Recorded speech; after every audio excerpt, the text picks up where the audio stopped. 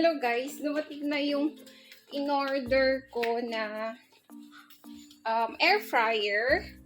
Wait, nilagay ko lang siya dito sa kitchen. I-unbox natin. Bilis niyang dumating, parang wala pang 5 days. Ito guys is pina-order lang sa akin ni Telma. Wait, saan ko ba kayo ilalagay? Dito na lang. Ayaw. Ayan. Pinatong ko kayo sa water dispenser sana hindi kayo mahulog. So, ito na nga guys. Dumating na yung in-order na air fryer. Ang brand nito guys is Smart Cook. Nakuha ko to sa Shopee. Sa mismong store ng Kim Store. Kung alam niyo yung Kim Store guys na shop. Doon ako kumukuha ng mga power banks. At ito guys. Marami kasi akong napanood na vlog na maganda daw yung brand na Smart Cook. Kaya sabi ko kay Telma, yun na lang yung kunin namin. Matagal na kasing gusto ni Mama na magkaroon ng air fryer kasi nga mas healthy.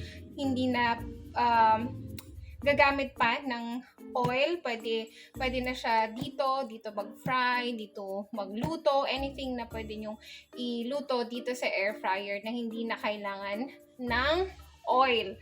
Kaya, ayun, bumili si Telma. Binilhan niya si Mama. At, eto na nga siya. Dumating na. I-unbox natin. Pinaalam ko kay Telma. Ayan. Nabuksan ko na to sa labas pero hindi ko pa siya na-unbox. And, yung nakuha namin is yung 2.5 liters lang na air fryer. Lilink ko guys yung shop ng Kim Store sa description box kung gusto nyong mag-order. Maraming colors nito, pero ang kinuha namin is beige. Beige ata to. Maraming color, may black, may pink. Pero ito yung nagustuhan naming color. Maliit lang siya kasi 2.5 liters. Kasi merong 5 liters. Ayan. Meron pa atang mas malaki doon. So, inside this box, andito yung receipt from Kim Store. Pasensya na, madilim. And yung kanyang manual.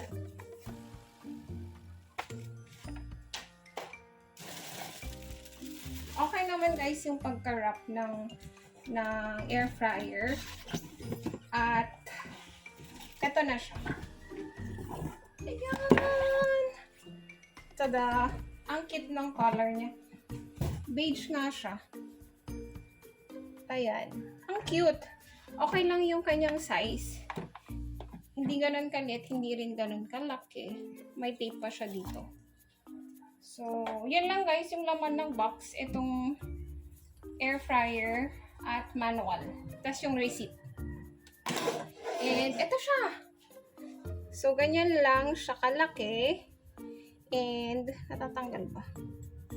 Yeah, natatanggal yung ito yung patungan ng iluluto mong food. So, ayan, madali lang siyang linisin kasi pagkatanggal mo nito, pwede na siyang i-wash. And, ayan lang, hindi kami kumuha yung dipindot kasi sabi sa mga reviews, mas maganda yung manual na iniikot. Mas matagal daw siya na masira kaysa yung anong tawag nun? Yung digital. Ayun. So, ayan guys, yung aming bagong air fryer at itatry namin later. Kasi, ako kung namalingke si na Mama, sinundo kasi si Telma today. Off niya tomorrow. So, ayan guys. Ang ating air fryer. Ayan. Hindi ko alam kung saan ko to ipupwesto kasi puno na siya dito. Ayan yung microwave. Yung oven toaster, tas itong oven. Wala nang space. Pero, siguro try ko dito. try namin ayusin dito para dito yung air fryer. And nga pala guys, update dun sa coffee machine ko na B-Coffee. Ayan guys, wala na siya dito. Bakit? Kasi nga, kailan ba yun? 2 weeks ko na ata siyang ginagamit. More than 2 weeks actually. And hindi ko naalis yung capsule dun sa machine. Dapat pagka gawa mo ng coffee, agad-agad guys, na alisin mo agad yung capsule. Hindi ko siya naalis. Ngayon, nung yung kapatid ko na yung gagawa ng coffee niya, pagka saksak niya guys, is umusok yung machine, and nakita ko na parang nasunog yung plastic ng capsule. And ayun nga, trinay namin siyang ayusin. Hindi ko naman siya inopen kasi syempre covered pa yun ng warranty niya. Kaya hindi ko siya binuksan kasi pwede ko pa siyang ibalik. At ayun nga, nakita namin guys na parang nag-explode yung plastic na capsule dun sa loob. Kasi nakita ko na kumalat yung coffee grounds, kaya ayun. And yung plastic guys na capsule, nakikitang-kita talaga na sunog siya. And ilang beses namin siyang inulit na pinindot-pindot, pero ayaw na talaga. At natatakot na rin ako guys, baka biglang sumabog. Kaya ang ginawa ko, buti na lang guys, sa mismong store ng B-Coffee ako nag-order, hindi sa mga resellers. At nag-PM agad ako sa kanila sa Shopee. And nag-reply naman agad, and sabi is pipick upin nila dito sa bahay. And yun nga, na-pick up siya after siguro 4 days. And ngayon, siguro pang 1 week. Mag-1 week na ata guys na wala sa akin yung machine. And nag-message ako sa kanila kagabi na kung kailan ibabalik sa akin yung machine, at kung ibabalik ba sa akin na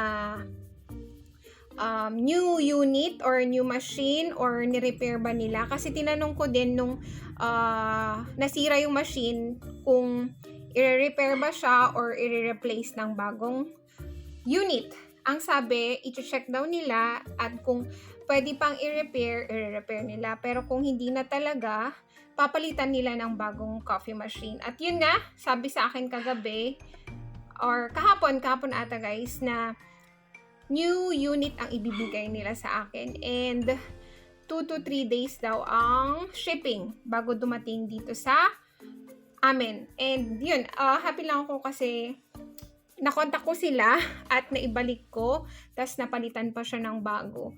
Papakita ko na lang sa inyo guys kung same color pa rin yung ibibigay nila sa akin, kasi hindi ko na tinanong.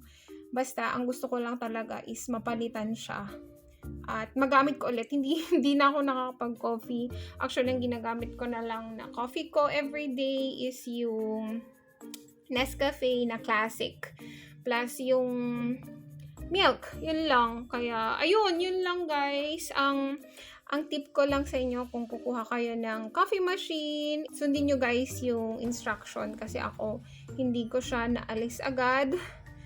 At, yun, nasunog siya.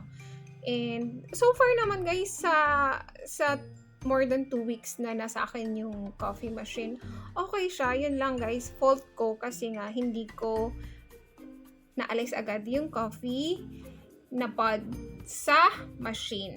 So, ayun guys, yung update. At nag-work from home kami.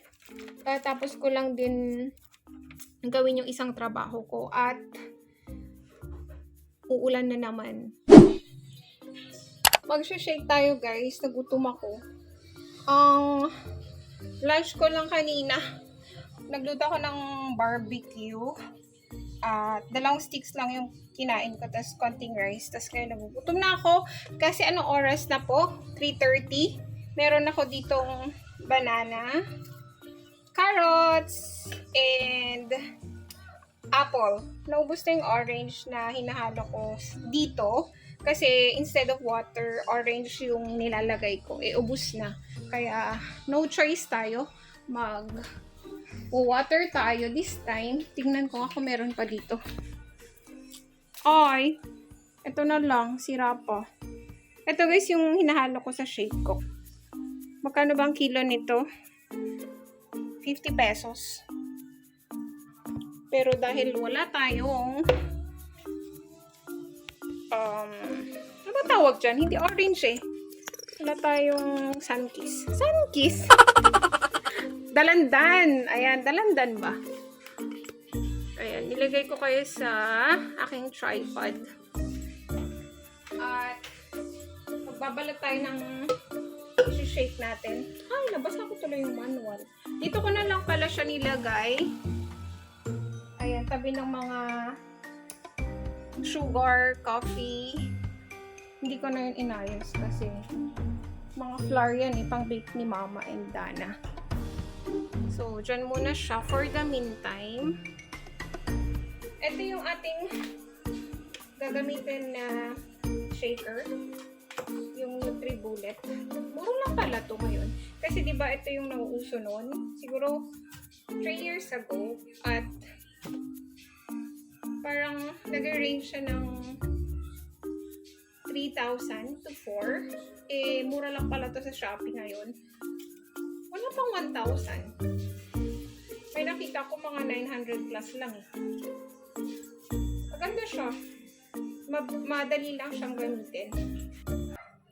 Ito yung cover niya.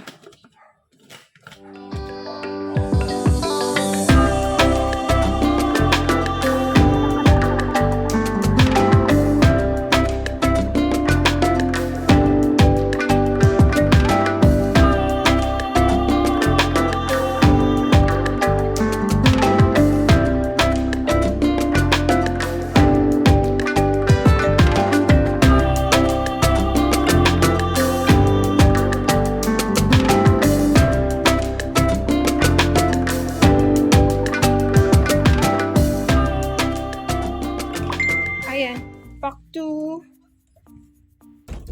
kwarto na tayo guys kasi tignan natin kung nag-message yung mga kasama ko kung may trabaho.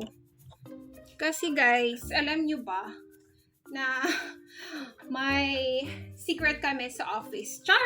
May secret talaga. Hindi, may ginagamit kaming app kung saan pwede namin i-access yung computer namin sa office habang andito kami sa bahay na nag-work. At malaking tulong yun guys kasi tulungan din namin yung kasama namin sa office na naka-duty.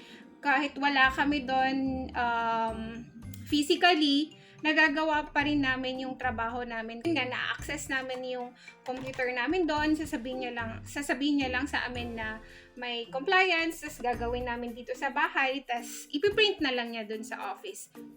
Ito na app, ayan siya. Yan yung team viewer. Then, try nating i-open. Sana naka-open yung computer ko. Na-ex ko na kasi to kanina. Na-close ko na. And then, connect tayo. Ayan guys, so connecting na siya. So, dapat yung kasama mo doon sa office, maibigay sa'yo yung password at try ko. Saan yung password dito? Wait lang, hanapin ko. Try natin yan kasi tumawag ako sa office. Log on. And ayan na guys, connecting na siya. Ayan na yung aking desktop mismo sa office. At na-access ko na siya. Ayan. Andyan yung mga files ko.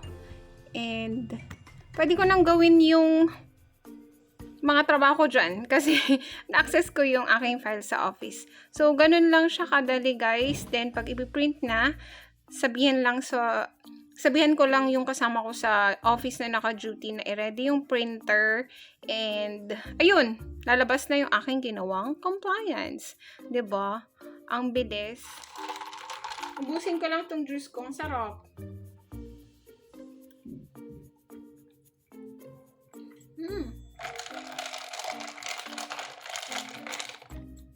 Mas masarap sana kung yung water na ginamit ko dito is yung dalandan.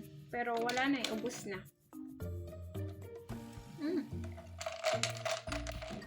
Kinuha ko yung brownies sa labas. Ito yung sinasabi ko guys sa inyo na super, ayan, wait lang. Chocolatey, super chewy, at ang daming nuts sa ibabaw. Ayan siya. Ang sarap niya guys, isang lambot. Ayan. Ang sarap. Ay, ano ba yan? Ayaw mag-focus. So, ayan yung ating merienda today. Nag-healthy juice ka, pero meron namang meron naman ditong panira sa diet, no? Wag na nga lang. Ano ba yan? Nakakain na kasi ako kanina ng ilang slice ba? 4 ata. So, wag na lang. Kay Telma na lang yan. Past 5 na guys, nakapag-shower na rin ako. Siguro bukas na namin i-try yung air fryer. And before ko i-end yung vlog guys, i-end ko na dito ha kasi wala pa sila eh. Itatry sana namin yung air fryer. At para makapag-edit na rin ako, ma-upload ko na to agad-agad. Before ko pala i-end guys, may announcement ako.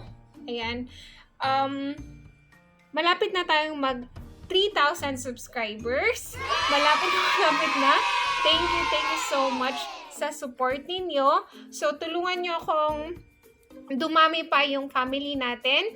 I-share nyo, i-like nyo para mahita natin yung 3,000 at magpapag-giveaway ako ng isang air fryer pag nahita natin yung 3,000 subscribers. Sana before December or before mag-end yung taon, mahita natin yung 3,000 para masaya.